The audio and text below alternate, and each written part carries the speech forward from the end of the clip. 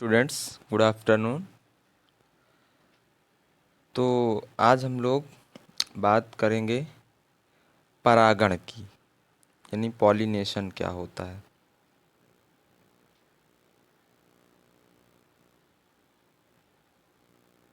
Pollination जिसे हिंदी में कहते हैं परागण। तो अब देखिए, हम लोगों ने गुरु बीजाणु जनन, लघु बीजाणु जनन यानी कि पुंकेसर के बारे में और स्त्री केसर के बारे में, पुष्प के बारे में सारी चीज़ें हम लोगों ने इस चैप्टर में अभी तक कवर की है। जितने भी कवर किया है इसके पीछे आप लोग अगर नहीं देखे हैं वो वीडियो या कोई नया देख रहा है तो प्लीज़ पहले जाके उन वीडियो को देखिए, तब यहाँ पर आपको ये चीज़ें समझ में आएंगी। ठीक है। तो आज हम लोग बात करते हैं पॉलिनेशन की, और इसे स्टार्ट करने से पहले मैं आपको बता दूं कि आप लोग प्लीज़ वीडियो को लाइक करें, और कोई इसमें प्रॉब्लम हो रही है आपको कमेंट करके आप पूछ सकते हैं, और अपने दोस्तों के साथ इसे शेयर भी कीजिए, ताकि कोई भी चीज़ अपने पास रखेंगे आप लोग कंजूसी मत कीजिए। जितने भी आपके फ्रेंड्स हैं सबके पास इसे शेयर कीजिए, ताकि उन लोगों को भी पढ़ने का मौका मिल सके। तो हम लोग बात करते हैं आज परागण की। क्या होता है परागण? देखिए, एक छोटी सी परिभाषा है, बिल्कुल छोटी सी, एकदम सरल है। आप लोग एक लाइन में है याद कर सकते हैं। और पॉलिनेशन यानी परागण जो है ये बहुत पूछा जाता है, इससे बहुत सारे क्वेश्चन आपके यहाँ से आपके देखेंगे कि नीट में भी यहाँ से क्वेश्चन आपके पूछे जाते हैं। नीट के क्वेश्चन भी पूछे जाते हैं। बीएससी एंट्रेंस अगर आप देंगे तो वहाँ भी इसके क्वेश्चन आप पूछे जाते हैं। बीएससी बायोलॉजी ग्रुप का एंट्रेंस देंगे वहाँ भी पूछे जाएंगे क्वेश्चन इससे रिलेटेड। और बोर्ड एग्ज़ाम में तो पूछे ही जाते हैं, बोर्ड एग्ज़ाम में तो पूछे ही जाते हैं। तो इसलिए ये इम्पॉर्टेंट टॉपिक है पॉलिनेशन, आपका परागण। देखिए कि किसी पुष्प के, किसी, ये कोई एक पुष्प है, मैंने इसका पुंकेसर यहाँ पे बनाया।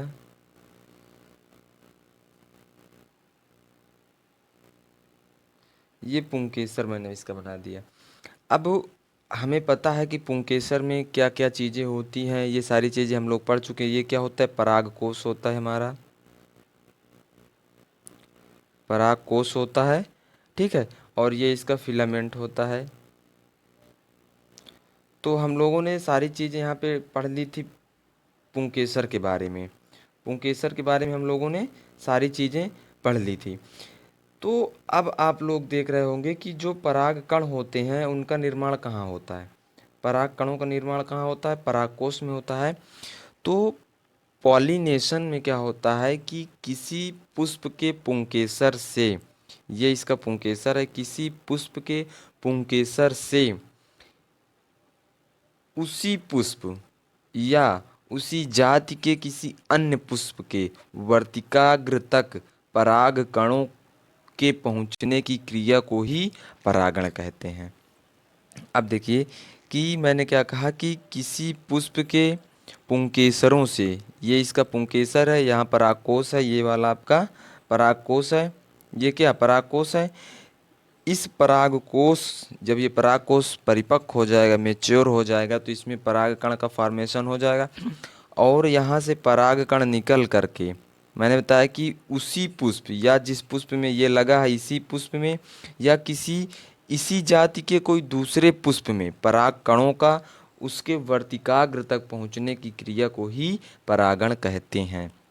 यानी कि आप सीधा कह सकते हैं कि ये पराग कण है, छोटे छोटे पराग कण होते हैं। इन पराग कणों का वर्तिकाग्र तक पहुंचने की क्रिया को ही पॉलिनेशन कहते हैं। अब ये परागकण जिस जाति के हैं, जिस पुष्प के हैं, या तो ये उसी पुष्प के वर्तिकाग्र तक पहुँचें, उसी पुष्प के स्टिग्मा तक पहुँचें, या इसी जाति के किसी अन्य पुष्प पर पहुँचें। इस क्रिया को हम लोग बोलते हैं पॉलिनेशन। देखिए, परागण यानी कि पॉलिनेशन, किसी पुष्प के पुंकेसरों से उसी पुष्प या उसी जाति के पुष्प या किसी अन्य पुष्प के वर्तिकाग्र तक पराग कणों के पहुंचने की क्रिया को परागण कहते हैं। ठीक। परागण प्राकृतिक यानी नेचुरल अथवा प्रेरित इंड्यूस्ड दोनों प्रकार का हो सकता है। ये दोनों प्रकार से होता है। अभी हम लोग इसके प्रकार पढ़ेंगे, वहाँ पे सारी चीज़ें आपको क्लियर हो जाएंगी। किंतु अप्राकृतिक या प्रेरित परागण को संकरण कहते हैं, यानी कि हाइब्रिडाइजेशन कहते हैं। अभी हम लोग पढ़ेंगे आगे ये सारी चीज़ें। अब यहाँ पर जो परागण होता है, जो परागण होता है हमारा पॉलिनेशन होता है, वो दो टाइप का होता है, यानी कि टू टाइप्स होते हैं पॉलिनेशन के। जो ये पॉलिनेशन यहाँ पे देखेंगे आप लोग, ये दो प्रकार से होता है। दो प्रकार से कौन कौन? एक होता है स्वपरागण और दूसरा होता है परपरागण। पहला कौन सा होता है? स्वपरागण और दूसरा होता है परपरागण। तो स्वपरागण का मतलब क्या है, यहीं से सारी चीज़ें आप लोग समझते चलिए। स्वपरागण का मतलब क्या है कि स्वपरागण में किसी पुष्प के पुंकेसरों से पराग कणों का निकलकर उसी पुष्प के वर्तिकाग्र तक पहुंचने की क्रिया को हम लोग बोलते हैं स्वपरागण। इसमें जैसे एग्जाम्पल देखिए, कनकौवा, पीली कंटेली, खट्टी बूटी, ये इसका उदाहरण है। ठीक है। अब जो देखते हैं हम लोग कि पर परागण में क्या होता है, इसकी कई विधियां होती हैं। जो पर परागण होता है इसकी कई विधियां होती हैं। जैसे अगर आपको यहाँ पे और सारी चीज़ें देखिए, स्वपरागण को बोलते हैं इंग्लिश में सेल्फ पॉलिनेशन। क्या बोलते हैं? Self pollination. पॉलिनेशन तो बता ही दिया मैंने। और पर परागण को बोलते हैं क्रॉस पॉलिनेशन। Cross pollination. ठीक। सेल्फ पॉलिनेशन में क्या होता है कि उसी पुष्प के पुंकेसरों से पराग कणों का निकल करके उसी पुष्प के वर्तिकाग्र तक पहुंचने की क्रिया को हम लोग स्वपरागण या सेल्फ पॉलिनेशन कहते हैं। जैसे या इसकी डिफिनीशन इस प्रकार से दे सकते हैं, जब एक पुष्प के पराग कण उसी पौधे के किसी दूसरे पुष्प के वर्तिकाग्र तक पहुंचते हैं तो इस क्रिया को हम लोग क्या कहते हैं? स्वपरागण, या इसे जीटोनोगैमी भी बोला जाता है। इसे क्या बोला जाता है? जीटोनोगैमी भी कहते हैं। ठीक। अब यहाँ पर परागण देखिए, पर परागण की कई सारी विधियाँ यहाँ पे दी गई हैं। पहला क्या है? वायु परागण। क्रॉस परागण का मतलब क्या होता है? ये दूसरे के अंतर्गत होता है। जैसे एक यहाँ पे देखेंगे, हम लोग पढ़ेंगे वायु परागण, दूसरा जल परागण पढ़ेंगे, फिर जंतु परागण पढ़ेंगे, फिर कृत्रिम परागण पढ़ेंगे। देखिए वायु परागण में क्या होता है कि वायु के द्वारा, यानी कि हवा के द्वारा दूसरे पौधों के दूसरे जो हम वायु चलती है जब, तो उसके माध्यम से पराग कण क्या, यानी कि जो पोलन ग्रेन होते हैं वो उड़ करके किसी दूसरे पौधे के या उसी पौधे में से पहुंच जाते हैं उसके वर्तिकाग्र तक। तो वहाँ पे उनका निषेचन होने लगता है, यानी फर्टिलाइजेशन होता है। इस क्रिया को हम लोग बोलते हैं वायु परागण। जैसे उदाहरण मक्के की खेती देखे होंगे आप लोग, मक्के, रूमैक्स और चीड़ जो होते हैं, पाइनस जिसे बोला जाता है, रूमेक्स, चीड़, मक्का, ये सब वायु परागण के एग्जाम्पल हैं। मोस्ट इम्पॉर्टेंट क्वेश्चन है, यहाँ से बहुत क्वेश्चन पूछे जाते हैं, आप लोग इसे नोट डाउन करते जाइएगा। ठीक है, ताकि आपको याद करने में आसानी रहेगी। आप अपनी नोट्स बनाइए, इसकी बनाते रहिए, और जितनी भी सारी चीज़ें मैं इम्पॉर्टेंट बता रहा हूँ उसमें इम्पॉर्टेंट भी कीजिए उसे, क्योंकि ये सारी चीज़ें आप देखेंगे प्रीवियस ईयर्स के क्वेश्चन उठा के देखिए, वहाँ से पूछे जाते हैं। पिछले सालों के क्वेश्चन उठा के देखिए जो आए हुए हैं, वहाँ से पढ़िए, उनमें देखिए ये सारी चीज़ें आपको मिलेगी। फिर उसके बाद आता है जल परागण। जल परागण में क्या होता है कि जैसे इसके उदाहरण हम उदाहरण से समझते हैं हम, सिरेटोफिल्लम, सिरेटोफिल्लम, वेल्सीसनेरिया, हाइड्रिला, ये इसमें क्या होता है? जल परागण होता है, यानी कि वायु के द्वारा जल के द्वारा यानी वाटर के द्वारा इनमें परागण पॉलिनेशन होता है। फिर आता है हमारा जंतु परागण। जंतु परागण की बहुत सारी विधियां हैं। जैसे कीट परागण हो गया, पक्षी परागण हो गया, घोंघा के द्वारा हो गया, चींटी के द्वारा हो गया, चमगादड़ के द्वारा, गिलहरी के द्वारा, पक्षियों के द्वारा। ठीक है, तो ये हमारा जंतु परागण है। कृत्रिम परागण क्या होता है? ये मनुष्य द्वारा किया जाता है। ये आर्टिफिशियल पॉलिनेशन है, इसे मनुष्य के द्वारा किया जाता है। तो ये सारी चीज़ें थी। परागण को कितने भागों में बांटा गया है? 2 भागों में, स्वपरागण और परपरागण। फिर उसके बाद परपरागण को 4 भागों में डिवाइड किया गया है, यानी वायु परागण, जल परागण और फिर जंतु परागण, फिर कृत्रिम परागण। और इसमें क्या है, फिर जंतु परागण को कई विधियों में इसकी कई सारी हैं। देखिए, कीट परागण, यहाँ से बहुत सारे क्वेश्चन आपको आएंगे। कीट परागण किस में होता है? जैसे देखिए, सालविया के पौधे में, मटर में, अंजीर में। ये कीटों के द्वारा होता है, जो कीट पतंगे होते हैं उनके द्वारा होते हैं। इसे बोलते हैं एंटेमोफिली। एंटेमोफिली बोलते हैं इसे, जो कीट परागण होता है। पक्षी परागण किसके द्वारा होता है? पक्षियों के द्वारा होता है। जैसे बिग्नोनिया पौधा है, इसमें पक्षी परागण होता है। स्ट्रेलेजिया, इसमें भी क्या है? पक्षी परागण होता है। सेमल का पौधा होता है, इसमें भी पक्षी के द्वारा परागण होता है। अब घोंघा जो होता है, देखिए इसके द्वारा जिमीकंद और सर्पपादप जो होते हैं, इनमें क्या होता है? घोंघा के द्वारा परागण होता है। घोंघा तो आप जानते होंगे, पाइला जिसे बोलते हैं। चींटी परागण, इसमें कदम्ब में होता है, जो कदम का पेड़ होता है उसमें चींटी के द्वारा परागण होता है। चमगादड़ द्वारा किस में होता है? कचनार में होता है और कदम्ब में भी होता है। ठीक है। गिलहरी द्वारा नहसुत, नाम सुने हो यदि आप, नहसुत का पौधा होता है, उसमें होता है गिलहरी के द्वारा परागण। हाथी परागण किस में होता है? रिफ्लिसिया का एक पौधा होता है, उसमें हाथी के द्वारा परागण होता है, पॉलिनेशन होता है। अब ये सारी चीज़ें आपको हाथी के द्वारा आप लोग सुने होंगे, कुछ बच्चे नहीं सुने होंगे कि हाथी के द्वारा भी परागण होता है। तो ये सारी चीज़ें इम्पॉर्टेंट हैं, यही सारी चीज़ें आपके एग्ज़ामों में पूछी जाती हैं। तो चलिए इसको हम डिटेल से पढ़ते हैं, कि करके इनमें देखिए, जो स्वपरागण होता है,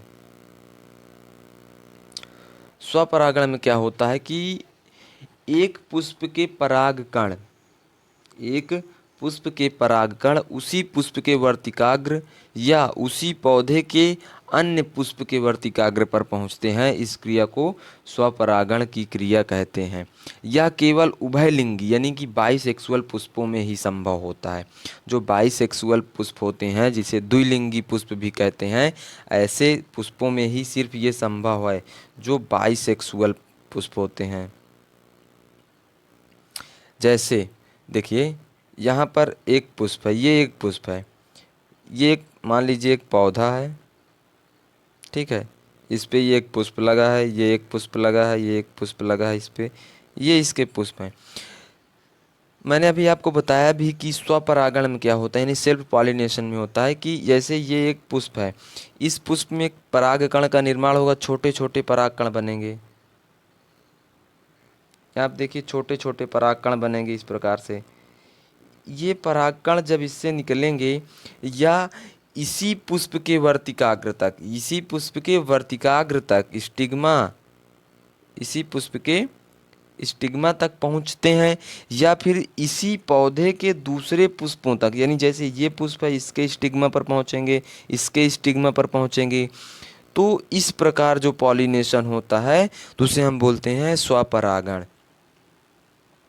अब ये स्वपरागण जो होता है, ये 2 प्रकार का होता है, यानी हो सकता है 2 प्रकार से हो सकता है। जैसे पहला क्या है, ये क्या है, एक द्विलिंगी यानी बाइसेक्सुअल पुष्प के परागकण उसी पुष्प के वर्तिकाग्र पर पहुंचते हैं। जैसे बाइसेक्सुअल जो होते हैं पुष्प, उसके परागकण उसी पुष्प के वर्तिकाग्र पर पहुंचते हैं। दूसरा नंबर क्या है कि एक पुष्प के पौधे, सॉरी, एक पौधे के पुष्प, चाहे एक लिंगी नर पुष्प हो या द्विलिंगी, वे क्या होंगे, परागण उसी पौधे के दूसरे पुष्प के वर्तिकाग्र पर पहुंचते हैं। इस प्रकार के स्वपरागण को सजात पुष्पी या जिटोनोगैमी कहा जाता है। अभी मैंने जिटोनोगैमी का थोड़ा सा डिस्कस किया था इसके ऊपर, कि जिटोनोगैमी क्या होता है, कि एक पौधे के पुष्प होंगे, मान लीजिए जैसे कि ये एक आपका पौधा है, ये एक आपका पौधा है, इसमें क्या है, पुष्प हैं, ठीक है। ये चाहे पौधा एक लिंगी हो या फिर द्विलिंगी हो, इसके परागकण उसी पौधे के दूसरे पुष्प पर जाएंगे। जैसे इस पौधे के ये एक पुष्प है, इस पुष्प में जो परागकण बनेंगे इस पुष्प में जाएंगे, इस पुष्प में जाएंगे, इसके वाले इसमें जाएंगे, इसके वाले इसमें जाएंगे और इसके वाले इसमें जाएंगे, लेकिन इस वाले पुष्प के पौधे इसमें नहीं जाएंगे, इसी वाले में, यानी कि उसी पुष्प के परागकण उसी पुष्प में नहीं जाएंगे। इस प्रकार के स्वपरागण को सजात पुष्पी या जिटोनोगैमी परागण कहते हैं। बात समझ में आई? ठीक। अब स्वपरागण के जो लक्षण होते हैं उसको हम देख लेते हैं कि कैरेक्टरिस्टिक्स ऑफ सेल्फ पॉलिनेशन। इसमें बीज उत्पन्न करने में, देखिए यहाँ पे लिखा है, इसमें बीज उत्पन्न करने में केवल एक पौधा काम आता है, सिर्फ एक पौधा काम आता है। दो भिन्न भिन्न पौधों पर उत्पन्न होने वाले एकलिंगी पुष्पों अर्थात द्विक्षयक पौधों यानी कि जो डायोसियस प्लांट्स होते हैं के पुष्पों में यह क्रिया बिल्कुल नहीं होती है। जो डायोसियस प्लांट्स होते हैं उनमें यह क्रिया नहीं होती है। अब हम लोग पढ़ते हैं कि स्वपरागण के लिए पौधों में युक्तियाँ यानी कि अनुकूलन क्या होगा। कॉन्ट्रीवेंसेस और adaptation in plant for self pollination. देखिए कि जो स्वपरागण को सफल बनाने के लिए पौधों में निम्नलिखित युक्तियां या साधन पाए जाते हैं। पहला क्या है, द्विलिंगता, बाइसेक्सुअलिटी, या फिर इसे हम बोलते हैं हर्मोफ्रोडिटिज्म। हर्मोफ्रोडिटिज्म इसे बोला जाए, जैसे हर्मोफ्रोडाइट पढ़ते हैं आप लोग, इसीलिए हर्माफ्रोडिटिज्म इसे बोला जाता है। द्विलिंगता, तो द्विलिंगता में क्या होता है, देखिए कि द्विलिंगी जो पुष्प होते हैं, द्विलिंगी पुष्प में नर तथा मादा जननांग एक ही पुष्प में होते हैं। जैसे ये एक पुष्प होगा, अभी हम लोग पढ़े थे द्विलिंगी पुष्पों के बारे में, स्टार्टिंग में वीडियो में पढ़े द्विलिंगी पुष्प और एकलिंगी पुष्प क्या होते हैं। तो द्विलिंगता का मतलब क्या है, हर्माफ्रोडिटिज्म का मतलब क्या है कि नर जननांग तथा मादा जननांग एक ही पुष्प में स्थित होते हैं, यानी इसी में पुंकेसर होगा और इसी में स्त्री केसर भी होगा। इस यानी कि पुमंग और जायांग दोनों एक ही पुष्प में प्रेजेंट होंगे, एक ही पुष्प में उपस्थित होंगे। अब बात आती है कि एक लिंगी पौधों में स्वपरागण का प्रश्न ही नहीं उठता है भाई। क्या मतलब है इसका, कि जो एक लिंगी पौधे होते हैं उनमें स्वपरागण कभी नहीं हो सकता। क्यों? क्योंकि यदि मान लीजिए ये एक पौधा है, एक पौधा ये है, मान लीजिए ऐसे ही मैं बना रहा हूँ, और एक पौधा ये है, ये एक लिंगी है। इनमें या तो फिर इसमें पुंकेसर होगा, यानी कि पुंकेसर इसमें होगा, जो हमारा पराग कोष बनेगा, पराग कण इसमें बनेगा, पुंकेसर होगा, या इसमें स्त्री केसर होगा, स्त्री केसर इसमें होगा, या फिर इसमें पुंकेसर होगा, इसमें स्त्री केसर होगा,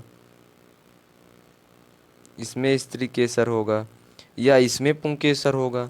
एक चीज इसमें पाई जाए, क्योंकि ये एक लिंगी पुष्प है। एक लिंगी पुष्प में एक ही जननांग होता है, यानी कि या तो मेल का होगा या फीमेल का होगा। तो अब बताइए आप, यदि इसमें तो एक ही, ये दूसरे अलग अलग पौधे हैं, इनके पुष्प में एक ही प्रकार के जननांग हैं, तो ये अपने से तो इसमें इनमें स्वपरागण हो नहीं सकता, ये दूसरे में ही जाएंगे, यानी इसके परागकण इसमें निकल के जाएंगे और इसके वाले परागकण होंगे तो वो इसमें निकल के आएंगे। इसके मादा से फर्टिलाइज करेंगे या इसके मादा यानी एग सेल से फर्टिलाइज करेंगे, तो एक पुष्प में तो हो नहीं सकता। अब दूसरे पौधे के पुष्प दूसरे में जा रहे हैं, इसे हम स्वपरागण कह नहीं सकते। तो इसलिए जो एक लिंगी पौधे होते हैं उसमें स्वपरागण का प्रश्न ही नहीं उठता, उसमें स्वपरागण होता ही नहीं है।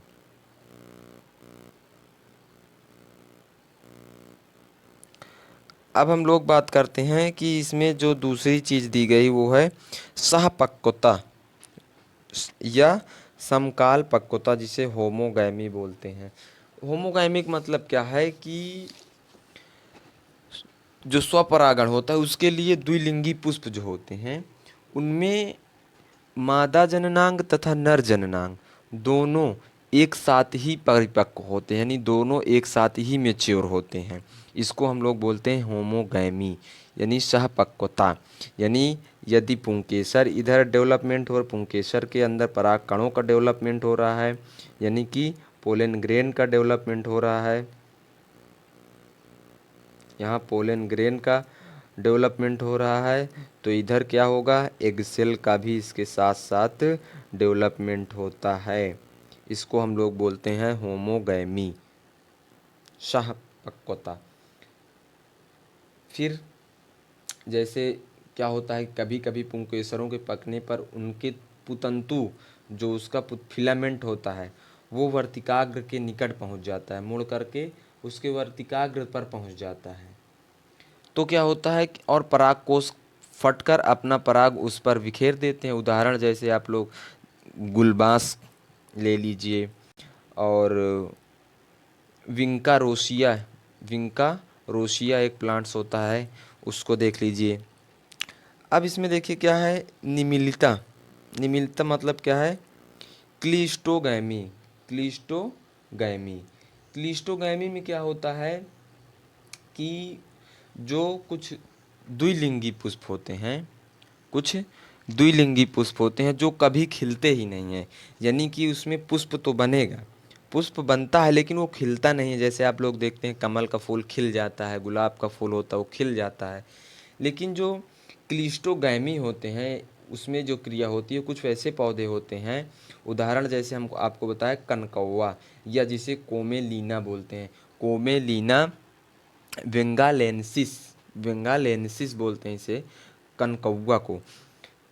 ठीक है, तो इसमें क्या होता है, इसके जो पुष्प होते हैं वो खिलते ही नहीं हैं, यानी कि ये इनमें पुष्प बनता है लेकिन वो खिलते नहीं हैं। तो इन पुष्पों को हम बोलते हैं क्लिस्टोगेमस पुष्प।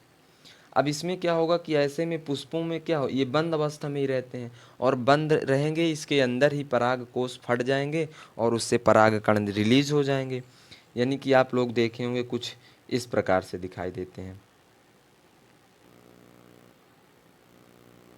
आप लोग यदि मूंगफली जैसे देखते हो, मूंगफली में भी इसी प्रकार का होता है, यानी कि उसमें भी क्लिस्टोगैमी ही होता है। इसके और उदाहरण जैसे लिखना है आपको लिख सकते हैं, गुल मेहंदी, इम्पैटिन्स, वयोला, मूंगफली, कनकौवा, ये सब क्या हैं, इनमें इनके पुष्प खिलते नहीं हैं, इनके पुष्प क्या होते हैं, खिलते नहीं हैं। ठीक है,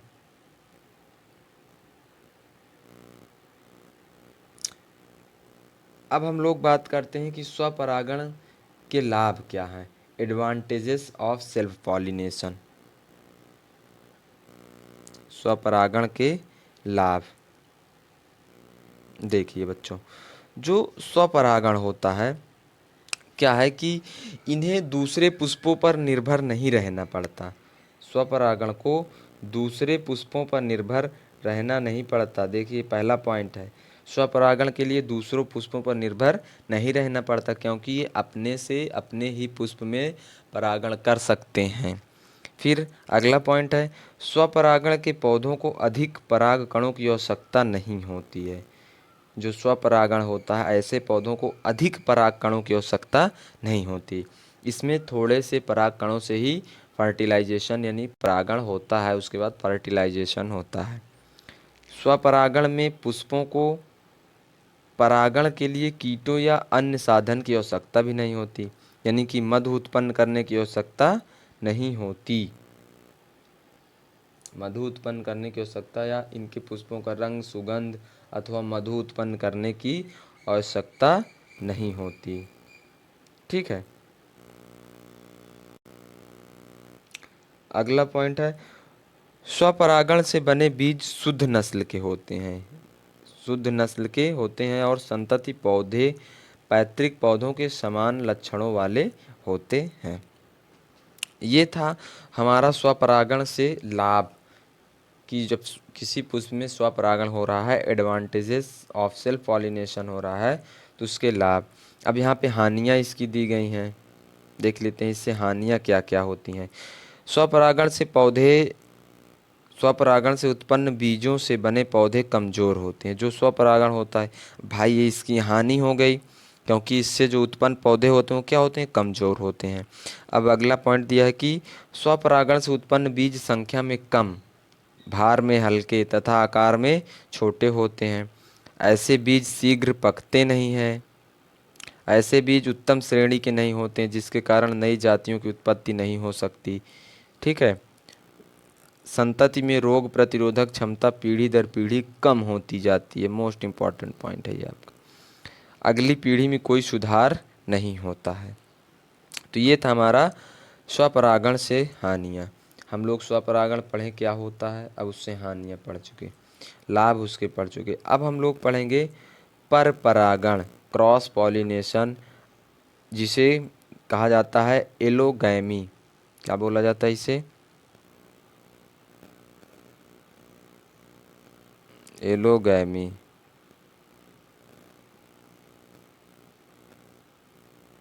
ठीक, एलोगैमी कहा जाता है पर परागण को। अब देखिए बच्चों, पर परागण में क्या होता है, एक पुष्प के परागकण उसी जाति के दूसरे पौधे के पुष्प के वर्तिकाग्र पर पहुंचते हैं।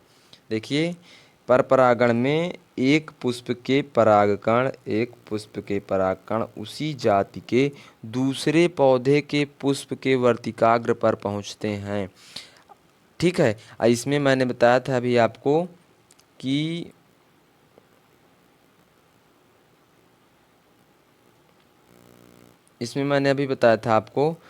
कि जो अतः दोनों पुष्पों को अलग अलग पौधों पर लगे रहते हैं। यानी कि मैंने बताया था कि जो एक लिंगी पौधे होते हैं, यूनिसेक्सुअल प्लांट होते हैं, उनमें ये क्रिया होती है। चाहे वे एक लिंगी हो या द्विलिंगी हो, दोनों में हो सकता है पर परागण की क्रिया। ठीक है। यह लक्षण क्या है, जो पर परागण क्रिया का मुख्य लक्षण यह है कि इसमें बीज उत्पन्न करने के लिए एक ही जाति के पौधे का होना आवश्यक है। इसमें बीज उत्पन्न करने के लिए एक ही जाति के पौधों का होना आवश्यक होता है। यानी जो जैसे द्विक्षयक पौधे होते हैं, डायोसियस प्लांट होते हैं, जो के पुष्पों में केवल पर परागण ही संभव। डायोसियस प्लांट एक होता है, एक मोनोइसियस प्लांट होता है। समझ लीजिए क्या होता है। एक होता है हमारा डायोइसियस प्लांट और एक होता है मोनोइसियस प्लांट। डायोइसियस प्लांट में क्या होता है कि इसमें मेल सेक्स ऑर्गन तथा फीमेल सेक्स ऑर्गन दूसरे दूसरे पौधे पर होते हैं। और मोनोसियस में क्या होता है, इसमें यानी कि एक पौधे जैसे हम लोग कहें द्विक्षयक जो पौधे होते हैं, उनमें केवल पर परागण ही संभव होता है, डायोसियस ही संभव होता है। मोनोसियस प्लांट्स में क्या होता है, इनमें एक ही पौधे पर, जैसे मोनो मतलब क्या होता है, सिंगल पौधे पर ही दोनों सेक्स ऑर्गन प्रेजेंट होते हैं। यानी एक पौधे पर ही दोनों sex organ, male sex organ और फीमेल सेक्स ऑर्गन दोनों प्रेजेंट होंगे। और डायोसियस में क्या होगा, अलग अलग पौधे पर होंगे। बात समझ में आ रही बच्चों। अब जो है हम लोग पढ़ेंगे पर परागण के लाभ क्या होते हैं। पर परागण के लाभ और पर परागण के लाभ हम लोग अब पढ़ते हैं। देखिए कि जो पर परागण होता है, इसमें अच्छी स्वस्थ संतति की प्राप्ति होती है। पर परागण में क्या होता है, अच्छी स्वस्थ संतति की प्राप्ति होती है। इसमें संकर ओज यानी जो हाइब्रिड विगोर होता है, इसमें क्या होता है, संकर ओज होता है। जीवनक्षम बीजों का उत्पादन होता है। नई किस्मों का या प्रजातियों का उत्पादन होता है। हानिकारक गुणों को पृथक करना, ये क्या है, पर परागण के लाभ हैं। इससे रोग प्रतिरोधी पादपों की उत्पत्ति हो सकती है। स्वबंध यानी जिसे सेल्फ स्टेराइल पौधों में बीज का उत्पादन हो सकता है। संतति में जीवन संघर्ष की अधिक क्षमता होती है। ये हमारे परपरागण के लाभ हो गए। अब जो है हम लोग क्या है कि परपरागण से हानियों के बारे में पढ़ेंगे। जो परपरागण से हानियाँ होती हैं उनके बारे में पढ़ते हैं।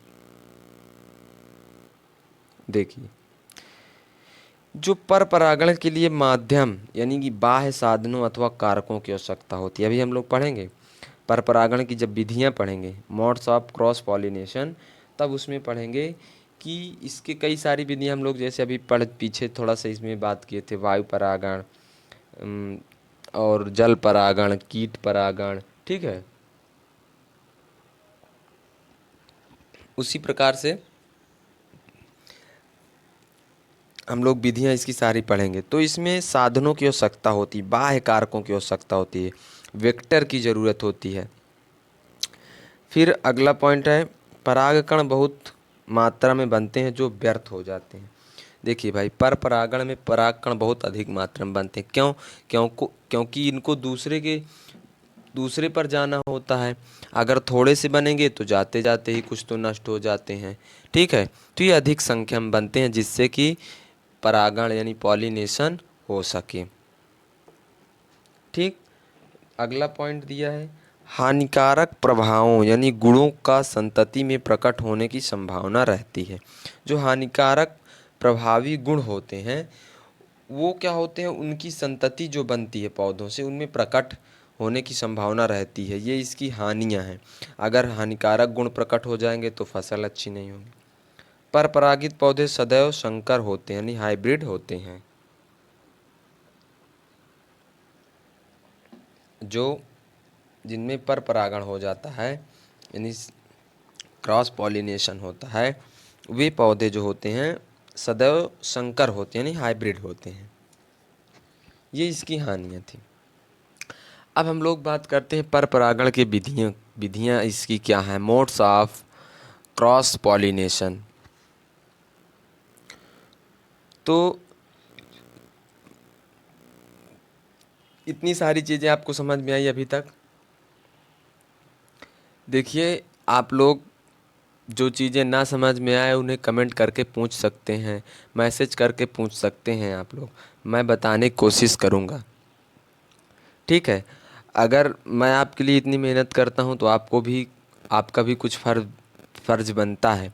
कंजूसी नहीं करना है, वीडियो को लाइक करना है, शेयर करना है और प्लस ही प्लस कमेंट करके बताना भी है कि आपको समझ में आया है या समझ में नहीं आया है, ठीक है। तो चलिए हम लोग बात करते हैं पर परागण की विधियों की। अब देखिए कि पर परागण में क्या होता है। मान लीजिए एक पौधा ये यहाँ पे है, ये एक पौधा है, ठीक है। मैं आपको समझाने के लिए बता रहा हूँ, ये कोई सच्चा पौधा नहीं है। ये एक पौधा है, इस पौधे में पुष्प बनेंगे बनेंगे कि नहीं बनेंगे, इसमें भी पुष्प बनेंगे, इसमें भी पुष्प बनेंगे। अब ये दोनों पौधे क्या हैं, या पास पास हो सकते हैं, दूर दूर भी हो सकते हैं, बहुत दूर हो सकते हैं, नज़दीक हो सकते हैं। तो इनके पराग कणों का पुष्प बनेगा तो उसमें पुंकेसर होगा, उसमें परागकण भी बनेंगे, पॉलन ग्रेन बनेंगे।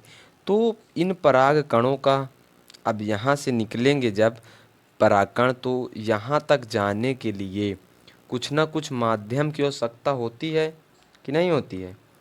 कुछ ना कुछ माध्यम की आवश्यकता होगी यहाँ तक जाने के लिए। तो इसी की विधियाँ यानी कि किस माध्यम से जाता है उसी के ऊपर हम लोग उसे उस प्रकार का माध्यम के नाम पर ही उसे परागण कह देते हैं। जैसे कि ये अजैविक कारक भी हो सकते हैं, जैविक कारक भी हो सकते हैं, यानी कि नॉन लिविंग हो सकते हैं और लिविंग भी हो सकते हैं, बायोटिक या अबायोटिक भी हो सकते हैं। यानी कि जैसे जंतुओं के द्वारा होगा तो जैविक कारक होंगे। अब जैसे मान लीजिए वायु के द्वारा हो गया अजैविक कारक हो गए, जल के द्वारा हो गया अजैविक कारक हो गए। ये क्रिया होती है इसमें। अब मान लीजिए यहाँ तक जाने की यहाँ पहुँचेंगे तो उन्हें किसी माध्यम की आवश्यकता होगी, या यहाँ से यहाँ तक वायु के द्वारा पहुँचे, या फिर जल के माध्यम के द्वारा पहुँचे, या फिर जंतुओं के द्वारा पहुँचे, कुछ ना कुछ माध्यम चाहिए ही चाहिए यहाँ तक पहुँचने के लिए। ठीक है, तो इसी के बारे में हम लोग बात करेंगे। जैसे ये पौधा वायु के द्वारा यहाँ पहुँच रहा है तो उसे वायु परागण कहेंगे। जल के द्वारा पहुँच रहा है तो जल परागण कहेंगे। जंतुओं के द्वारा किसी पहुँच रहा है, कीट के द्वारा, हाथी के द्वारा, पक्षियों के द्वारा, मधुमक्खियों के द्वारा, बहुत सारे कीट पतंग होते हैं उनके द्वारा यदि पहुँच रहा है तो उसे हम लोग जंतु परागण कहते हैं। इतनी बात समझ में आई बच्चों? चलिए आगे देखते हैं। ठीक है, अब देखिए हम लोग एक एक करके समझेंगे। वही चीज़ यहाँ पे दिया है, देखिए अजैविक कारक के द्वारा हो सकता है, जैविक कारक के द्वारा हो सकता है। इनके जो मुख्य तीन प्रकार देखिए, वायु परागण को हम लोग बोलते हैं एनीमोफिली, वायु परागण को एनीमोफिली, जल परागण को हाइड्रोफिली, जंतु परागण को जूफिली। ये मोस्ट इम्पॉर्टेंट इनके इंग्लिश नेम है, बहुत पूछे जाते हैं। इंग्लिश नेम जो हैं ये बहुत पूछे जाते हैं। जैसे जल परागण को क्या कहते हैं, हाइड्रोफिली, या पूछ लिया जाता है, पौधे का नाम दे दिया जाता है, उसमें पूछा जाता है किसके द्वारा होता है, हाइड्रोफिली, जूफिली, एनीमोफिली, तो आपको वहाँ पे ऑप्शन बताना रहता है जो सही होगा। ठीक है, अभी हम लोग बात करेंगे इसमें, जब बहुविकल्पी क्वेश्चन करेंगे चैप्टर ख़त्म होने के बाद, वहाँ पे इसके क्वेश्चन अवश्य ही आएंगे।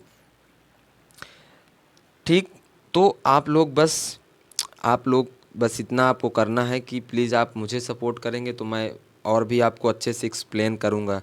ठीक है, तो इसके लिए बार बार मैं नहीं कहना चाहूँगा, आप लोग जानते हैं कि प्लीज़ शेयर करेंगे, इससे क्या होगा, मुझे सपोर्ट होगा, मुझे सपोर्ट मिलेगी, मुझे सहायता मिलेगी, तो आप लोगों को भी इससे हेल्प मिल रही है।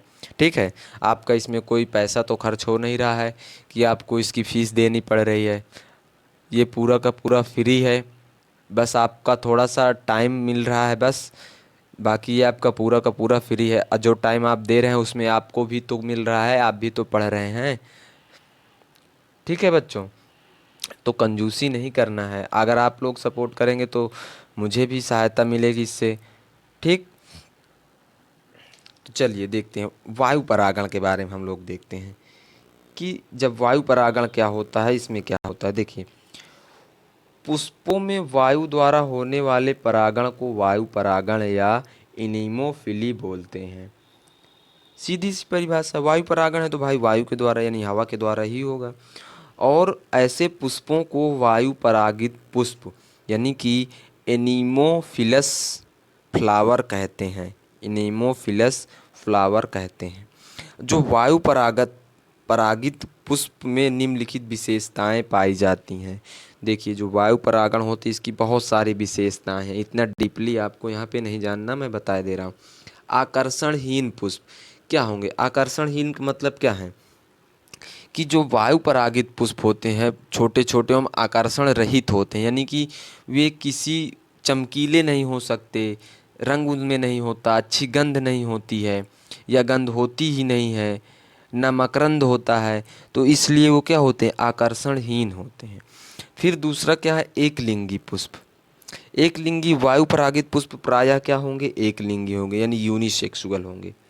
यूनिसेक्सुअल होते हैं ये, या तो पत्तियों वाले भाग के ऊपर निकलते हैं जैसे मक्का में, या फिर नई पत्तियों के निकलने से पहले ही खिल जाते हैं जैसे पोपलर। पोपलर में क्या होता है कि नई पत्तियां निकलती नहीं हैं, उसके पहले ही पुष्प खिल जाते हैं। देखे होंगे आप लोग पोपलर, अगर नहीं देखे हैं तो गूगल करके देख सकते हैं पोपलर का प्लांट। उसमें क्या होगा कि नई पत्तियां जैसे निकल नहीं पाती हैं और पुष्प खिल जाते हैं। फिर क्या है अगला पॉइंट, अल्प विकसित बाह्य दल एवं दल। इनमें जो बाह्य दल यानी कि सेपल पेटल होते हैं, कैलिक्स और क्रोला होते हैं, ये क्या होते हैं, अल्प विकसित होते हैं या होते ही नहीं हैं या फिर बहुत छोटे होते हैं।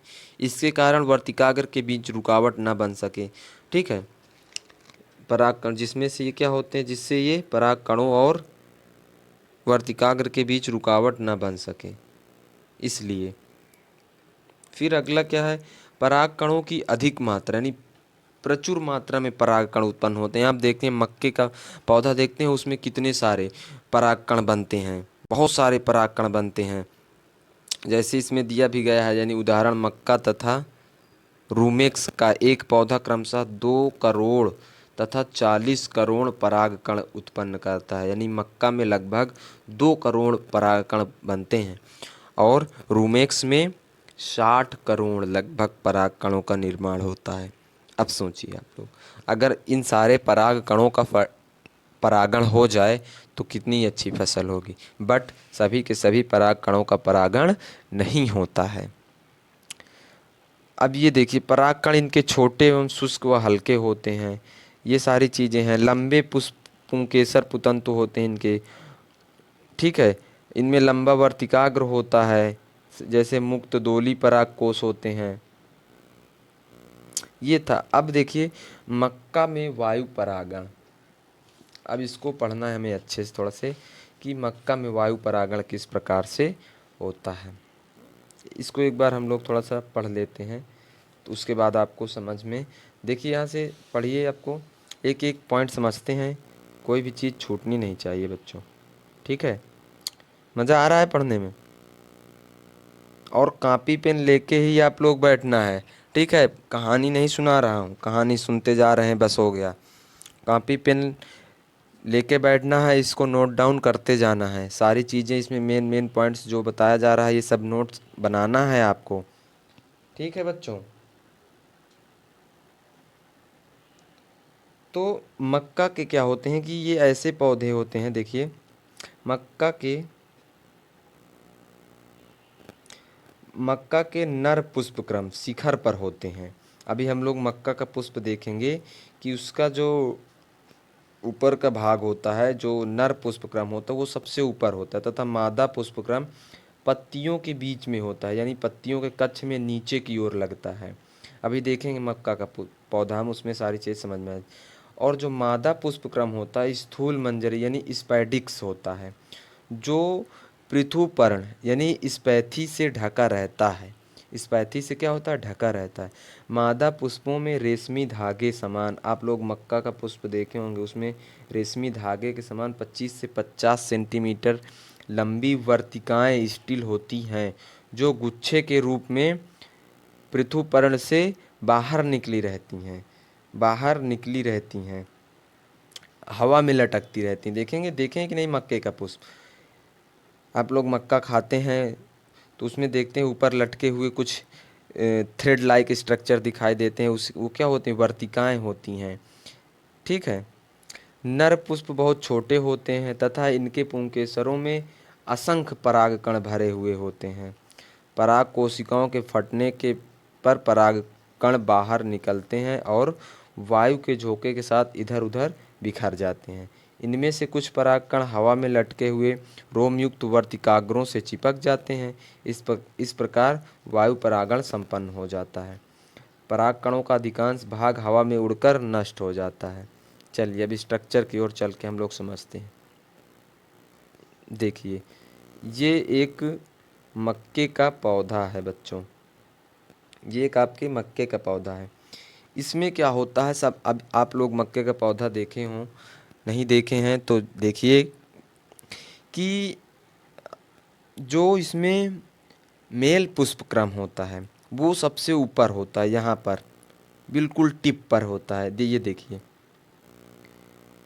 ये बिल्कुल यहाँ पे टिप पर है, ये सबसे ऊपर होता है। और फीमेल कहाँ होता है, पत्तियों के नीचे होता है। ये देखिए, ये पत्ती निकली है यहाँ से, ये यहाँ से निकलेगा फीमेल इन्फ्लोरेक्स जो होता है।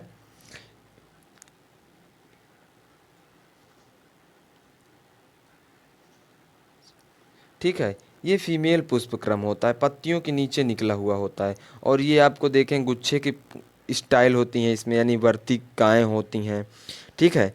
तो इस प्रकार से इसमें जब यहाँ से परागकण ऊपर से गिरते हैं, हवा चलती है, तो ये कुछ परागकण आते हैं इसके ऊपर चिपक जाते हैं। चिपकने के बाद इसमें परागण हो जाता है और फिर फर्टिलाइज हो जाता है, फर्टिलाइजेशन होता है। इस प्रकार से मक्के में परागण होता है, यानी पॉलिनेशन होता है, ठीक है बच्चों। अब हम लोग पढ़ते हैं जल परागण। अब हम लोग पढ़ेंगे कि जल परागण।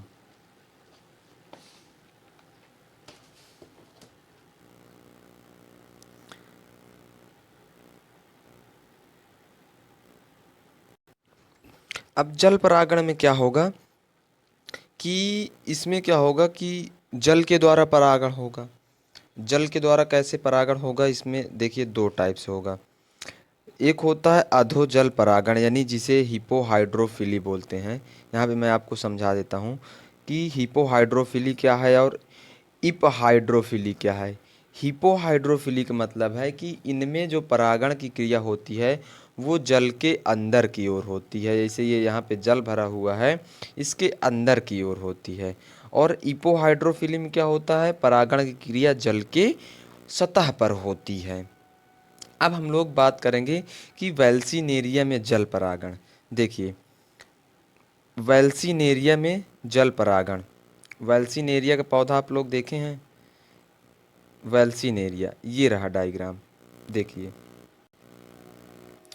ये वेल्सीनेरिया का पौधा है। इसमें होता क्या है, इसमें आप लोग देख रहे हैं कि दो प्लांट्स दिखाया गया है। जो आपका ए है उसमें दिखाया गया है मादा पौधा जो कि पुष्प सहित है, और जो बी है उसमें दिखाया गया है नर नर पौधा जो दो स्थूल मंजरियों, जिसे हम लोग स्पैडिक्स बोलते हैं। यानी स्थूल मंजरी क्या होता है कि जहाँ पर नर पौधे, ये संरचना दिखाई दे रही है आपको, ये इसे बोलते हैं स्थूल मंजरी। नर पुष्प यहाँ पर बहुत सारे इकट्ठे रहते हैं तो उसे बोलते हैं स्थूल मंजरी, स्पैडिक्स बोलते हैं। और देखिए अब इसमें क्या होगा कि ये जो पौधे होते हैं, पहली बात तो यह जो वेल्सीनेरिया का पौधा है ये पौधा डायोसियस होता है। पहली चीज़, पहला पॉइंट, इसका पौधा कैसा होता है, डायोसियस होता है। डायोसियस मतलब क्या है कि इसमें नर तथा मादा पुष्प अलग अलग पौधे पर होते हैं। ये तालाब की तली पर उगता है, ठीक है, तालाब की तली पर उगता है। लेकिन इसमें क्या होगा कि नर पौधों में पुष्प स्थूल मंजरी पुष्पक्रम के जल के भीतर ही निकलते हैं, जैसे कि आपको यहाँ पर दिखाई दे रहा है। ये स्थूल मंजरी स्पैडिक्स हैं, ये यहाँ पे निकले। अब उसके बाद क्या होगा कि इनमें जो मादा पुष्प, जैसे आपको यहाँ पे दिख रहा है, यहाँ पे मादा पुष्प यहाँ से निकलेगा। बट मादा पुष्प का पुष्प व्रंत क्या होता है, बड़ा होता है। वो परिपक्व होने के बाद पानी की सतह पर आ जाता है, पानी की सतह पर आ जाएगा और यहाँ से स्पैडिक्स भी निकल करके इसकी सतह पर आ जाते हैं। और इसकी सतह पर आएंगे तो फिर मादा पुष्प के इर्द गिर्द क्या होते हैं, ये घूमने लगते हैं। मादा पुष्प के इर्द गिर्द घूमने लगते हैं और इसके संपर्क में आते ही मेल पुष्प का, यानी नर पुष्प के जो इसके परागकोश होते हैं उसका स्फुटन होता है और उससे परागकण निकल करके इसके वर्तिकाग्र तक यानी चिपक जाते हैं। इसमें क्या होते हैं, चिपक जाते हैं। और जैसे चिपकते हैं इनमें परागण हो जाता है। परागण क्रिया के बाद जो ये मादा पुष्प होते हैं, ये मादा पुष्प है, फीमेल फ्लावर है, ये मेल फ्लावर दिखाई दे रहे हैं, ये बहुत सारे मेल फ्लावर हैं, ये सारे मेल फ्लावर हैं, ये फीमेल फ्लावर है। तो जैसे ही इसमें परागण की क्रिया हो जाती है तो मादा पुष्पों का जो पुष्प व्रंत होता है, फ्यूनिकिल जो होता है, वो पुनः कुंडलित हो जाता है। कुंडलित मतलब क्या होता है, कॉइल की तरह होता है, कॉइल्ड हो जाता है। यानी कि इसमें जब फूल पुष्प खिल जाता है तो ये कॉइल्ड खुल जाती है, इसमें परागण होगा तो ये फिर कुंडलित हो जाता है। और कुंडलित होगा अगर तो ये पुष्प, जिससे क्या होता है, पानी के अंदर चला जाता है। फिर से क्या होता है, पुष्प पानी के अंदर पहुंच जाता है और वहीं विकसित हो जाता है, वहीं विकसित होता है, फिर वहीं इसमें फल भी बनते हैं। जैसे यहाँ पर आपको ये डायग्राम दिखाया जा रहा है, ये देखिए यहाँ पर ये फीमेल फ्लावर है, फीमेल फ्लावर, ये फीमेल फ्लावर है, ये मेल फ्लावर है, ये इसका स्टिग्मा है, फीमेल फ्लावर का स्टिग्मा, ये एंथर लोब है। यहाँ से इसका स्फुटन होगा, यानी कि परागकोश है। अब यहीं से ये स्फुटन हो जाएगा, स्फुटन के बाद परागकण इसमें चले जाएंगे और परागण की क्रिया संपन्न हो जाएगी। ये वेल्सीनेरिया का पौधा है। ठीक है, तो ये क्रिया होती है। अब कुछ जो जलोद्भिद पौधे होते हैं उनमें कीट परागण भी होता है, जैसे निम्फिया। निम्फिया का एक प्लांट्स होता है, उसमें कीट परागण होता है, ये जलीय पौधे ही होते हैं। अब जैसे कुछ में वायु परागण भी हो जाता है, जैसे पोटेमोजीटोन। पोटेमोजीटोन का पौधा होता है, इसमें वायु परागण होता है। ठीक है बच्चों, अब हम लोग पढ़ेंगे जंतु परागण। जंतु परागण क्या होता है? अब देखिए कि जंतु परागण में क्या होगा बच्चों, कि पुष्पों में क्या होगा, जंतुओं द्वारा परागण होता है। तो जो जंतुओं के द्वारा परागण होता है उसे हम बोलते हैं जंतु परागण या जूफिली। मोस्ट इम्पॉर्टेंट है बच्चों ये, जूफिली, एनेमोफिली, और क्या एक बताया था, यानी कि जंतु परागण, कीट परागण, एंटेमोलॉजी कीट परागण, और वायु परागण जिसे जल परागण हाइड्रोफिली, ये सब मोस्ट इम्पॉर्टेंट है बच्चों, बिल्कुल याद करना है। जल परागण क्या बोलते हैं, हाइड्रोफिली। ओके, चलिए यहाँ तक क्लियर है, आगे देखते हैं हम लोग। तो जंतु परागण की डिफिनीशन क्या होगी, पुष्पों में जंतुओं द्वारा होने वाले परागण को जंतु परागण कहते हैं। अब देखिए जंतु परागण क्या किसके द्वारा होगा, साधारणतः अगर माना जाए तो जैसे कीट। आप कीट जो जानते ही हैं, कीट पतंग क्या होते हैं, छोटे छोटे कीड़े मकोड़े जो होते हैं, कीटों के द्वारा होगा, पक्षियों के द्वारा होगा, चमगादड़ों के द्वारा होगा, अथवा घेंघों द्वारा होगा। और इस प्रकार से हम लोग इसे पढ़ेंगे। कीट परागण को बोलते हैं एंटेमोफिली, कीट परागण को एंटेमोफिली, पक्षी परागण को ऑर्निथोफिली, ऑर्निथोफिली, घोंघा परागण को क्या बोलते हैं, मैलैकोफिली, चींटी परागण को मिर्मैकोफिली, चमगादड़ परागण को काइरोपिटोफिली। सॉरी, यहाँ पे इसका थोड़ा इरेज करते हैं।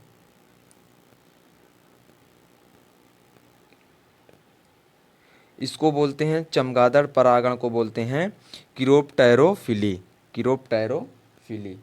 ठीक है, तो इसको एक एक करके हम लोग डिस्कस करेंगे। देखिए ये मोस्ट इम्पॉर्टेंट है, परागण में यहाँ से बहुत क्वेश्चन पूछे जाते हैं आपके। देखिए कीट परागण, एंटेमोलॉजी क्या होती है कि जैसे बहुत सारे कीट होते हैं, जैसे आप लोग जानते हैं बीटल, वास्प जिसे ततैया बोलते हैं, मधुमक्खी, तितली, बटरफ्लाई, बिना उड़ने वाला कीट, जो कीट क्या होते हैं, नहीं उड़ते हैं, शलाभ यानी कि मोथ, आदि कीट परागण के लिए महत्वपूर्ण है।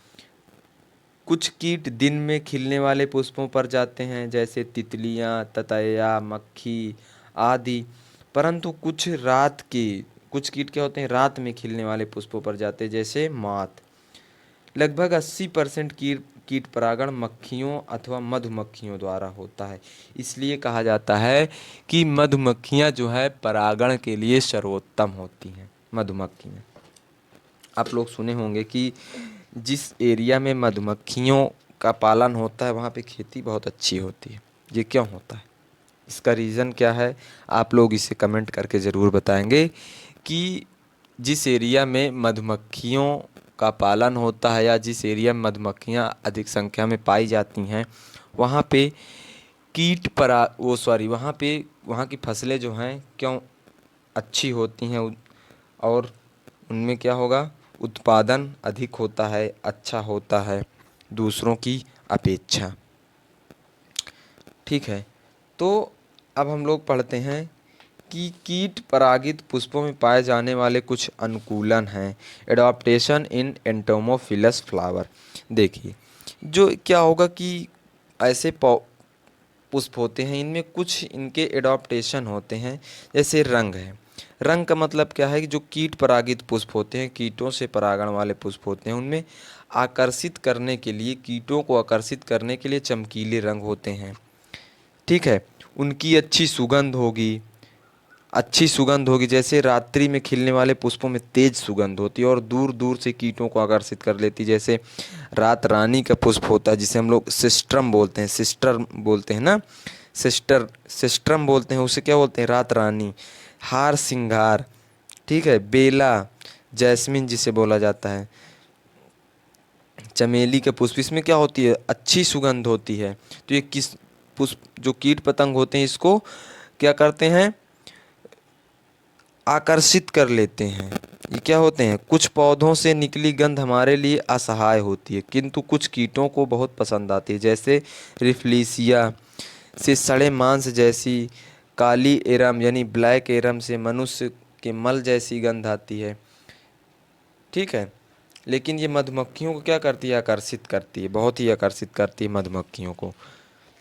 अब मकरंद जो होता है, इसका नेक्टार होता है, जो नेक्टार होता है, पोलन ग्रेन्स, इसके परागकण छोटे होते हैं, हैं? तो ये सारी चीज़ें होती हैं जो कीटों को आकर्षित करती हैं अपनी ओर। अब साल्विया में हम लोग देखेंगे कीट परागण किस प्रकार से होता है, लेकिन यहाँ पे कुछ जो थोड़ा सा मैं बता दूं आपको कि मधुमक्खियों के बारे में अगर बात करें तो ये नीले व पीले रंग की ओर ज़्यादा आकर्षित होती हैं। ये नोट करके आप लोग कहीं लिख सकते हैं कि जो मधुमक्खियाँ होती हैं नीले व पीले रंग की ओर ज़्यादा आकर्षित होती हैं, यानी कि जो नीला होगा और पीला, ऐसे पौधों में क्या होती हैं, पुष्प में ये ज़्यादा आकर्षित होती, जैसे आर्किड, आतिश, लार्कस्पर, बेगेनविलिया आदि पुष्पों में ये परागण करती हैं। तितलियां क्या किस में जाती हैं, ये लाल व नारंगी रंग ज़्यादा इनमें मतलब देख सकती हैं। ये तितलियां क्या जो होती हैं, बटरफ्लाई, ये लाल व नारंगी रंग देख सकती हैं और इन्हीं की ओर जब उन्हें देख पाएंगी तो उन्हीं की ओर आकर्षित होंगी। हालांकि सुगंध के द्वारा ही ज़्यादा आकर्षित हो जाती हैं, लेकिन ये देख जो होती हैं, देखती जिन्हें हैं वो लाल व नारंगी रंग के द्वारा है। ठीक है, जैसे कि लिली का पुष्प होता है, डायंथस होता है, फ्लॉक्स होता है, इनमें ये परागण करती हैं। भंवरे जो होते हैं ये बैगनी व नीले रंग की ओर आकर्षित होते हैं। ठीक है, तो अब हम लोग देखते हैं कि साल्विया का एक पौधा है, साल्विया का एक पौधा है, इसमें कीट परागण देखें, एंटोमोफिली इन साल्विया। देखिए ये पुष्प है, ये क्या है आपका, साल्विया का एक पुष्प है और इसका अनुदैर्ध्य काट काटा गया है। कीट परागण के लिए अनुदैर्ध्य काट काटा गया है, पुष्प की अनुदैर्ध्य काटा गया है। देखिए यहाँ पर क्या होगा, कीट होगा, यहाँ पे इसका क्या होगा, स्टिग्मा होगी। अनुदैर्ध्य काट जब हम साल्विया के पुष्प काटते हैं तो इस प्रकार से दिखाई देता है कि इसमें देख रहे हैं आप लोग स्टिग्मा दिखाई दे रही है, ये यहाँ पे स्टिग्मा है और ये आपका एंथर है, यानी कि मेल और फीमेल दोनों जननांग एक ही पुष्प पर प्रेजेंट हैं। अब अगला प्रोसेस इसमें क्या दिखाया गया है कि इसमें पुंकेसर की गति दर्शाई गई है, पुंकेसर जो है उसकी गति दर्शाई गई। ये देखिए ये पुंकेसर है, इसकी गति दर्शाई गई, ये पुंकेसर है, इसकी गति दर्शाई गई। अब क्या होगा कि सी नंबर में देखिए कि अब ये यहाँ पे मधुमक्खी घुसी, इसके अंदर क्या होगा, ये पुष्प है, इसके अंदर घुसेगी इसमें से रस चूसने के लिए, रस निकालने के लिए। तो आप ऊपर देख रहे हैं कि इसकी पीठ पर, इसकी पीठ पर पराग कोश छू जा रहा है। जैसे आप लोग कोई पुष्प लीजिए, कोई खिला हुआ पुष्प, जैसे गुड़हल का पुष्प लीजिए, आप देखेंगे उसे परिपक्व पुष्प हो, उसको हाथ में लेकर हाथ में उसे पटकिए या उसे झाड़िए, देखेंगे उसमें कुछ छोटे छोटे कण उसके आपके हाथ में रह जाएं। इसी प्रकार से ये पराग कोश से पराग कण निकलते हैं और इस मधुमक्खी की पीठ पर चिपक जाते हैं। चिपकने के बाद जब ये मधुमक्खी दूसरे पौधे पर जाती है, दूसरे पुष्प में जाती है, तो यही जो परागकण इसमें चिपके हुए थे ये फिर इस स्टिग्मा जो हमारी वर्तिकाग्र होती है उसमें चिपक जाते हैं, उसमें चिपक जाते हैं, उसकी ओर आकर्षण हो जाते हैं। ये इसमें जैसे छुएगा तो इसमें रगड़ जाएगा, ये यहाँ तक पहुँच जाएगा। तो साल्विया में कीट के द्वारा यानी कि मधुमक्खी के द्वारा इस प्रकार से परागण होता है।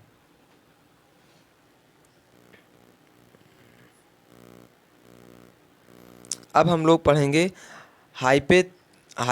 हाइपेथोंडियम। हाइपेथोंडियम यानी कि अंजीर में कीट परागण, हाइपेथोंडियम अंजीर में कीट परागण। ठीक है, तो देखिए यहाँ पे आपको एक डायग्राम दिखाई दे रहा है जी, कि जो अंजीर में क्या होता है, अंजीर में पुष्प जो होता है वो हाइपोथोंडियम पुष्प क्रम में लगे रहते हैं। इस पे हाइपोथोंडियम पुष्प क्रम में लगे रहते हैं। जैसे देखिए फीमेल फ्लावर इसमें दिखाया गया है, गाल फ्लावर दिखाया गया है, मेल फ्लावर दिखाया गया है। इस प्रकार से इसमें परागण होता है। इसको देखते हैं, हम लोग पढ़ते हैं एक एक पॉइंट्स के इसे समझते हैं। ठीक है, इसमें क्या होता है, पुष्प में अंजीर के जो पुष्प होते हैं इसमें हाइपोथोंडियम पुष्प क्रम में लगे रहते हैं। इसमें पुष्पावली ब्रंथ यानी रिसेप्टिकल प्याले नुमा होता है। जिसका जो रिसेप्टिकल होता है वो क्या होता है, प्याले के नुमा होता है। यानी ए, और इसके ऊपरी सिरे पर एक छिद्र होता है जो सल्क पत्रों से ढका होता है। ये छिद्र आपको यहाँ पे दिखाई दे रहा है जो क्या है, सल्क पत्रों से ढका हुआ है। अब क्या है कि प्याले के अंदर नर पुष्प ऊपर की ओर तथा मादा पुष्प नीचे की ओर स्थित रहते हैं। दोनों प्रकार के पुष्प अलग अलग समय पर परिपक्व होते हैं। अंजीर में परागण साधारणतः मादा वाइप्स द्वारा होता है। ठीक है, अब अगला क्या है, जब कोई यानी कि वाइप्स जो होता है वर हाइपोथोंडियम के छिद्र में प्रवेश करती है तो इसकी रगड़ से नर पुष्पों से परागण छिटक कर इसके रोम युक्त शरीर पर चिपक जाते हैं, रोम युक्त शरीर पर चिपक जाते हैं। जब यह कीट दूसरे हाइपोथोंडिया में प्रवेश करता है तो इसके शरीर पर विद्यमान परागण जो परागकण हैं गिरकर मादा पुष्पों के वर्तिकाग्र पर पहुंच जाते हैं और परागण संपन्न हो जाता है। इस प्रकार से हाइपोथोंडियम अंजीर में कीट परागण होता है। अब बच्चों पक्षी परागण यहाँ पे दिया गया है, तो पक्षी परागण किसके द्वारा होगा, पक्षियों के द्वारा होगा। पक्षी परागण में क्या होगा, पक्षियों के द्वारा होगा। ये पुष्प बड़े होते हैं, जो पक्षी परागण होता है जिसमें वो पुष्प क्या होते हैं, बड़े होते हैं। जैसे कि बिगोनिया का पुष्प जो होता है, बिगोनिया का पुष्प, ये क्या होंगे, गंधहीन यानी रंगहीन तथा गंधहीन होते हैं। ऐसे पुष्प इनमें मकरंद है। गुंजन करने वाली चिड़िया, जिसको देखिए यहाँ पे लिखा गया है गुंजन करने वाली चिड़िया, हमिंग बर्ड जिसे बोलते हैं। ये सबसे छोटी चिड़िया भी नाम इसे जाना जाता है, हमिंग बर्ड को। सबसे छोटी चिड़िया कौन सी है पूछा जा सकता है तो आप बताएंगे हमिंग बर्ड। एक शहद की चिड़िया, कौवा और मैना द्वारा परागण होता है। मधुपान के लिए जब पक्षी दलपुंज की नली में चोंच डालता है तो इसके वक्ष या सिर पर इसके चिपचिपे परागकण लग जाते हैं और इस प्रकार परागकण एक पुष्प से दूसरे पुष्प तक पहुंच जाते हैं। पक्षी परागित पुष्प प्रायः लाल रंग के होते हैं। जैसे बिगोनिया में गुंजन करने वाली चिड़िया, स्ट्रेलिटजिया में शहद वाली चिड़िया, शेमल और पागर में कौवा या मैना द्वारा परागण होता है। ये आपको डायग्राम दिखाया जा रहा है, ये बिगोनिया का पौधा है। जैसे देखिए ये अंदर की ओर है, इसमें ये पक्षी अंदर चोंच मारती है और तो इसमें से क्या होंगे, पराग कण निकल कर इसके सिर पर झड़ जाएंगे। अब यही पक्षी जब दूसरे पुष्प में जाएगी फिर चोंच मारेगी तो इसके पराग कण इसमें चले जाएंगे। यहाँ परागण इस प्रकार से संपन्न होता है। अब घोंघा द्वारा परागण क्या है, जिसे हम लोग बोलते हैं मैलाइकोफिली। मैलाइकोफिली, मैलाइकोफिली में क्या होगा, जो सूरन कुल के पौधे होते हैं, एरियोइड्स होते हैं, जैसे जिमीकंद जिसे एलिफेंट फूट भी कहा जाता है, एलिफेंट फूट एम। फिर क्राइसेंथीमम गुलदाउदी जिसे कहा जाता है, में कीटों के अतिरिक्त घोंघों द्वारा भी परागण होता है। इन पौधों में पुष्पक्रम यानी कि जो इनकी स्थूल मंजरी होती है, स्पाइडिक्स होता है, इनमें होता है, प्रेजेंट होता है। मादा पुष्प इसके आधार पर तथा नर पुष्प ऊपर की ओर लगे रहते हैं। इन पुष्पों में मादा पुष्प पहले पकते हैं जिससे पराग कणों को दूसरी स्थूल मंजरियों से, जिनमें नर पुष्प भी पक चुके हैं, द्वारा परागण होता है। अब चीटी परागण देख लेते हैं हम यहाँ पर, जिसे हम लोग मर्मेकोलॉजी बोलते हैं। मर्मेकोलॉजी में क्या होता है, कुछ पुष्प मकरंद से भरे किंतु इतने पतले होते हैं। देखिए, कुछ पुष्प मकरंद से भरे किंतु इतने पतले होते हैं कि उनमें चींटी के अतिरिक्त अन्य कुछ और प्रवेश नहीं कर पाता। ऐसे पुष्पों में चींटी सहजीवी के रूप में रहती है। उसे पुष्पों के मकरंद मिलता है, उसे क्या होता है, पुष्पों से मकरंद मिलता है तथा बदले में पुष्प में परागण होता है। उदाहरण, कदम्ब का पुष्प आप देखे हों, कदम का पुष्प देखे हों। एंथोसिफाइलस, कदम के पुष्प, जो कदम होता है उसे बोलते हैं एंथोसिफाइलस। उसमें किस प्रकार से परागण होता है, चींटी के द्वारा परागण होता है बच्चों। अब चमगादड़ के द्वारा परागण देख लेते हैं, जिसे हम लोग किरोप्टेरिली बोलते हैं, किरेप्टेरीफिली बोलते हैं, किरेप्टेरोफिली बोलते हैं जिसे। कचनार का पौधा आप लोग देखे होंगे, जिसे कचनार है। और इपैरुआ कदम्ब में भी चमगादड़ के द्वारा होता है। तो इसमें क्या होगा कि आदि में चमगादड़ों द्वारा परागण की क्रिया संपन्न होती है। अब जैसे आप लोग देखें, चमगादड़ क्या होते हैं, रात्रि के समय बाहर निकलते हैं और कीट, फल, मकरंद तथा परागकणों की खोज में पेड़ पौधों पर जाते रहते हैं। तो एक पुष्प में बैठेंगे, उसमें से कीट वीट पकड़ेंगे, कुछ परागकण लेंगे उसके, फिर उसके दूसरे परागकण दूसरे में पहुंच जाते हैं। तो इस प्रकार से इसमें भी परागण।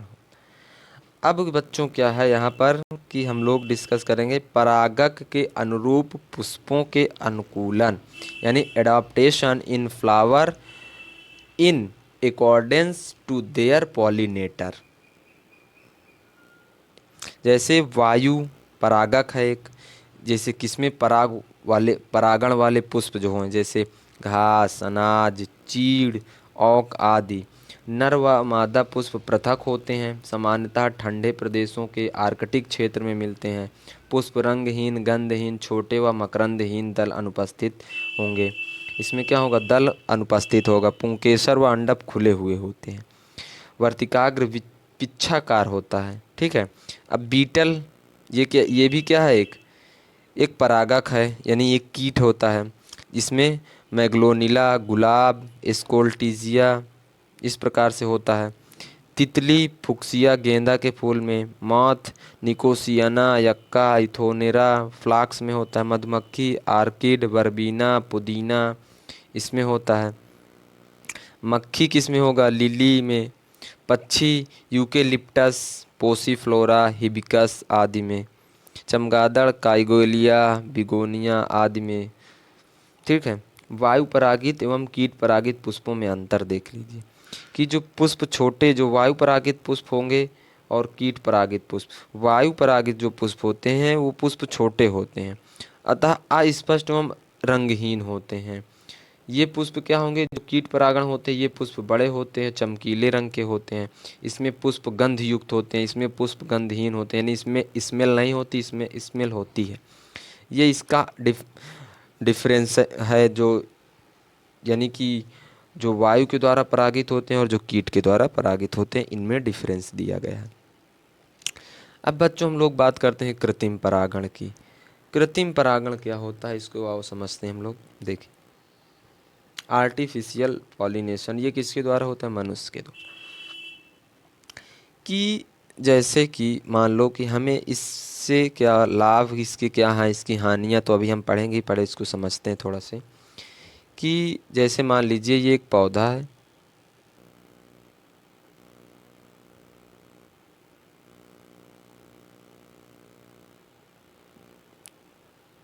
ये एक आपको पौधा यहाँ पे दिखेगा।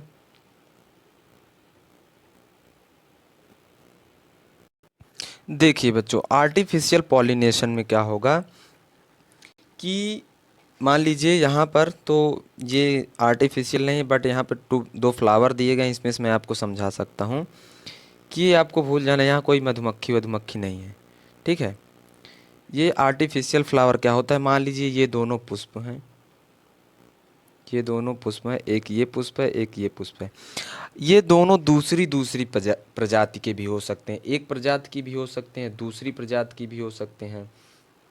इसमें क्या होता है कि मनुष्य अपने द्वारा अपने कृत्रिम ढंग से किसी पुष्प के पराग कणों का अपनी स्वेच्छा अनुसार किसी दूसरे पौधे के वर्तिकाग्र पर पहुंचा देता है।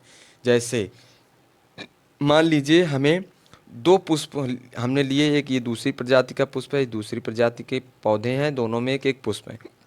अब इसमें क्या करेंगे कि इसको इन दोनों को क्या करेंगे, हम अपने प्रयोगशाला में इनको परिपक्व करेंगे, मेच्योर करेंगे। और जब ये मेच्योर हो जाएंगे तो यदि हमें इसमें पॉलिनेशन करवाना है, इस पुष्प में पॉलिनेशन करवाना है, तो इसके पराग जो इसका पुंकेसर होता है इसको काट कर हटा देते हैं। मेच्योर होने से पहले ही इसे काट कर हम लोग बाहर कर देते हैं, निकाल देते हैं। इस तरह से काट कर इसे बाहर कर देते हैं। काट कर बाहर जैसे करेंगे तो क्या होगा, अब इसमें तो पराग कण बनेगा नहीं, तो इस पौधे के पराग कण इसमें जाएंगे, इस पौधे के पराग कण इसमें जाएंगे। इसे इस प्रकार से हम अपने से इसे करवा रहे हैं, इसलिए इसे बोलते हैं आर्टिफिशियल पॉलिनेशन। Artificial pollination. अब क्या होगा बच्चों, देखिए अब क्या होगा, रुको एक मिनट, थोड़ा सा आप लोग कंफ्यूज मत होना, ये मधुमक्खी यहाँ पे नहीं होगी, ठीक है। या हम फिर इस पौधे में हम पॉलिनेशन करवाना चाहते हैं तो इसके पराग कणों को काट के हटा देते हैं, इसके पराग कणों को हटा देते हैं। यदि इस पौधे में करवाएंगे तो इसके पराग कणों को हटा देंगे, इसमें करवाएंगे तो इसके। तो इस प्रकार से मनुष्य अपनी स्वेच्छा के अनुसार किसी दूसरे पौधे के पराग कणों को किसी दूसरे पौधे के वर्तिकाग्र तक पहुंचा सकता है। इस क्रिया को बोलते हैं आर्टिफिशियल पॉलिनेशन। आर्टिफिशियल पॉलिनेशन या कृत्रिम परागण। अब ये एक ही जाति के विभिन्न लक्षणों के बीच अथवा विभिन्न जाति के पौधों के बीच क्या होता है, किया जाता है। यानी कि इससे बहुत सारे हमें लाभ होता है, इससे महत्व भी इसका बहुत है। लाभ क्या है कि इससे हमें नई नई जातियों के पौधे प्राप्त होते हैं, नई किस्म के पौधे मिलते हैं, ठीक है, नई नस्ल के पौधे प्राप्त होते हैं। तो ये हमारा हो जाता है आर्टिफिशियल पॉलिनेशन। अब अगर हम इसकी विधि के बारे में बात करें कि इसकी विधि क्या है, तो कृत्रिम परागण में किसी अपरिपक्व यानी इमेच्योर पुष्प में से उसके पौधे पर लगे रहते हुए ही चिमटी द्वारा समस्त पुंकेसरों को निकाल दिया जाता है। मैंने अभी आपको समझाया था। इस क्रिया को विपुंसन कहते हैं, विपुंसन कहते हैं, इमैस्कुलेशन बोलते हैं इसे। इस प्रकार पुष्प में स्वपरागण यानी सेल्फ पॉलिनेशन की संभावना समाप्त कर दी जाती। भाई जब उसके पुंकेसर उससे हटा दिए जाएंगे तो परागकण उस पुष्प में बनेंगे नहीं, तो उसमें स्वपरागण होगा नहीं। पुष्प को छिद्रित पॉलीथीन की थैली के अंदर बांध दिया जाता है। थैली के छिद्र इतने महीन होते हैं कि उनसे होकर के केवल वायु गुजर सकती है, परागकण नहीं, जिससे अन्य पौधों के परागकण पुष्पों के परागकणों द्वारा परागण ना हो सके। मैंने अभी बताया था कि इनको बंद कर दिया जाता है कि ताकि दूसरे कहीं से वायु के द्वारा परागण या दूसरे कीट ना आके उस पर बैठें, ताकि कीट परागण हो जाएगा। मधुमक्खियाँ ना आके बैठ जाए, नहीं तो उसमें मधुमक्खी परागण हो जाएगा। तो इस प्रकार से इस क्रिया को करते हैं हम लोग। अब इसका महत्व तो क्या होता है देख लीजिए कि जो कृत्रिम परागण होता है, कृत्रिम परागण द्वारा भी मैंने बताया अच्छी नस्ल के या ऐच्छिक लक्षणों वाले बीज बनते हैं, जिनसे उत्पन्न पौधे अधिक स्वस्थ एवं अधिक उत्पादन क्षमता वाले होते हैं। इन पौधों में रोग लगने की संभावना भी बहुत कम रहती है। जैसे कि आजकल विश्व में पौधों की उन्नतशील जातियों को उत्पन्न करने में विशेष ध्यान दिया जा रहा है, ठीक है। ये चीज़ें होती हैं कि मान लीजिए साथ ही साथ जो रोग निरोधक बीज भी प्राप्त होते हैं। जैसे पिछले 50 वर्षों में हमारे देश में हरित क्रांति ग्रीन इवोल्यूशन हुआ है, उसका बहुत कुछ श्रेय जो कृत्रिम परागृत है बीजों को ही जाता है, यानी कि आर्टिफिशियल बीजों को ही जाता है। जैसे कि हमारी एक संस्था है पंतनगर कृषि विश्वविद्यालय द्वारा कृत्रिम परागण रीति से गेहूं, मक्का, आलू की नई नई उन्नतशील जातियां तैयार की गई हैं, जिनसे पैदावार बहुत अधिक बढ़ी है। और इससे जब पैदावार अधिक बढ़ेगी तो देश की हमारे अर्थव्यवस्था में भी सुधार आएगा। तो ये हमारा आर्टिफिशियल परागण होता है। हम इसे किसी भी पौधे में करवा सकते हैं। ठीक है, बस इसका विधि पता होना चाहिए। विधि मैंने आपको बताया है क्या क्या किया जाता है। ठीक, तो स्टूडेंट्स आज के लिए इतना ही। आप लोग इसे फिर से देखिएगा, रिवीजन कीजिए, 2 बार 3 बार जितनी बार हो सके उतनी बार रिवाइज कीजिए। ठीक है, अब हम लोग बात करें इसके अगला जो टॉपिक होगा हमारा, वो अगला टॉपिक होगा पराग स्त्री केसर अंतरक्रिया, यानी कि लैंगिक असंगतता। असंगतता जो होती है, यानी pollen pistil interaction and sexual incompatibility, incompatibility जो होती है उसके बारे में बात करें। ठीक है, ठीक है, धन्यवाद।